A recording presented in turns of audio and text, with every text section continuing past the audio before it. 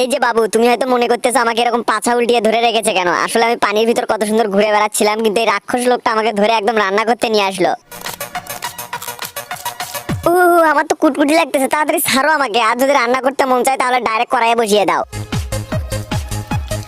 এই যে বাবু, আমাকে যখন রান্না করে খাবে তো আমার নাড়ি ভুড়িগুলো ফেলে দেওয়ার কি দরকার আছে, ওগুলোও খাও। মালিক, এইভাবে হচ্ছে না তো, একটু জোরে চাপ দাও, একে একদম কেটে ফেনা ফেনা করে ফেলি। কি বাবু, কেমন লাগছে আমায়? একটা মানুষ কতটা রাক্ষস হলে কাউকে এভাবে কেটে কেটে খায় বলো?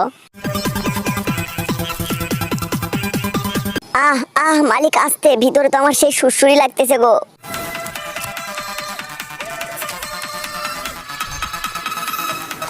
আরে মালিক, মাছটাকে রান্না না করে এভাবে কলা পাতা দিয়ে বেঁধে ফেললে একে কি আবার কবর দিয়ে ফেলবে নাকি? এই বাবু, আমার জন্য যদি তোমাদের মনে একটু দয়া মায়া হয়ে থাকে তাহলে ভিডিওতে লাইক করে চ্যানেলটি সাবস্ক্রাইব করে